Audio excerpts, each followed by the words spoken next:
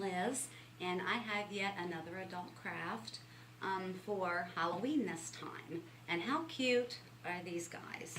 How cute are those guys? Mummies are so underrated. And we have a little vampire guy here, and he's kind of an experiment, because these were actually the guys that I was making. But before we get started with the craft, I want to show you this. They're anchors. I don't know if anyone has ever thought to use them before, but I didn't until I had some Christmas trees in the yard last year that I had made out of tomato cages, and I'd put lights on them. And the wind kept blowing them over, and I thought I need some sort of anchor. So I went and got a hanger, and I clipped it off, and I drove these into the ground in a few different spots, and it anchored those Christmas trees, and the wind could not blow them over. So another little life hack there with the hangers. Okay, so it's simple to make these guys, and what I think that they would be great for is if you had a really long sidewalk and children had to walk up that sidewalk in the dark to go trick-or-treating. You can put a battery-operated votive in there, or you can go on ahead and put a tea light, as long as you don't have any material that's going to be exposed that can catch fire. They'd be really cute that way. And you can use any jar, any glass, any type. This is awesome. We got this at a seafood restaurant in Florida, and look how cute that little dude looks. So you can use any type of glass, any type of jar, any type of fabric. I got this. This guy is made from an old stained up apron that I used to wear. And I just tore some pieces off and wrapped around him. And this guy was made out of some other fabrics that I have.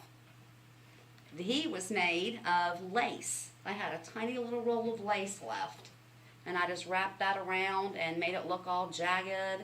So you can just go wild and use your imagination and make these little guys out of whatever fabric that you like.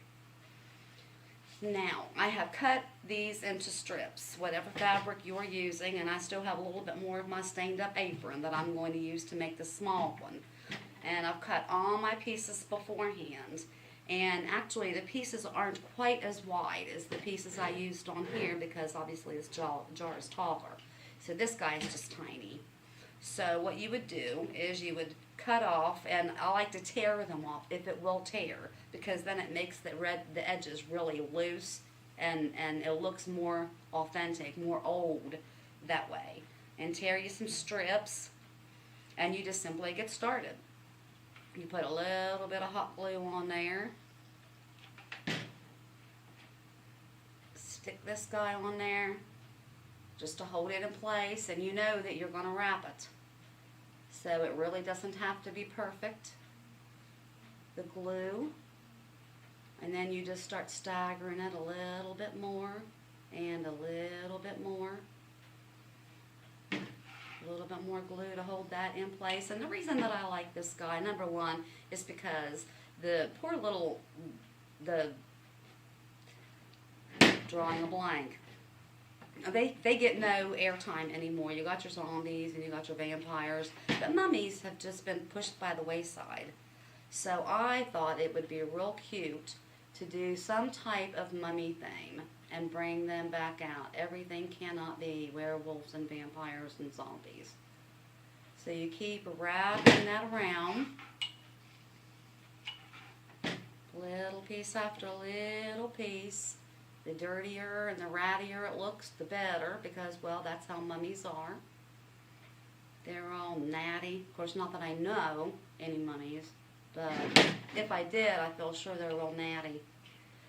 Probably smell bad too, but that's okay, because even though this apron's washed, it doesn't smell the best in the world either. It's all stained up. And you can decide where you want to put your eyeballs. You can either have them up high, or you can have them down low, or you could even go on ahead and wrap this and then move your fabric out of the way to put your eyeballs where you want them. Or you can put them on before you're finished. You can just kind of separate them if you want. Slide them up wherever you think they might want to go.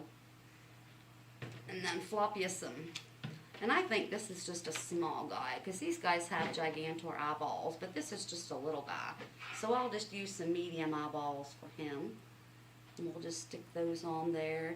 And I think it's like extra funny if the eyes are close together. I have no clue why I feel that way, but I think it's a little extra funny when you put them close together. Or maybe even crooked. I haven't done crooked eyeballs yet. I'll bet that's funny. So we push the fabric up and down, and now he's got his eyeballs. And then you just keep on going. Put you some more hot glue on there. Grab another dirty piece of, and if you got your ends that overlap, that's great. That's even better. That looks even more authentic. I would not recommend using toilet paper, especially if you're going to put this outside. And they originally called for cheesecloth. I never have cheesecloth, ever. So I thought, well, let me try to make one of these guys out of fabrics that I have around the house. So I went running through the house and grabbed my fabrics and found nothing. So then I went looking at all my stained up stuff that I have back in the dog room. And I found this guy, and I thought, oh, that apron looks nasty. It looks like that you could wrap a mummy in it. So after it's wrapped, it's finished. He's perfect, he's silly, and you can flop you a tea light down inside. The fabric's on the outside. It's really thick glass, so it's not going to burn through onto the fabric. And you can line your sidewalk with them. Like your porch light will go out, it'll cover some of the sidewalk, but you might have dark spots there at the beginning. These would be super cute to line the sidewalk so the kids can see where they're going.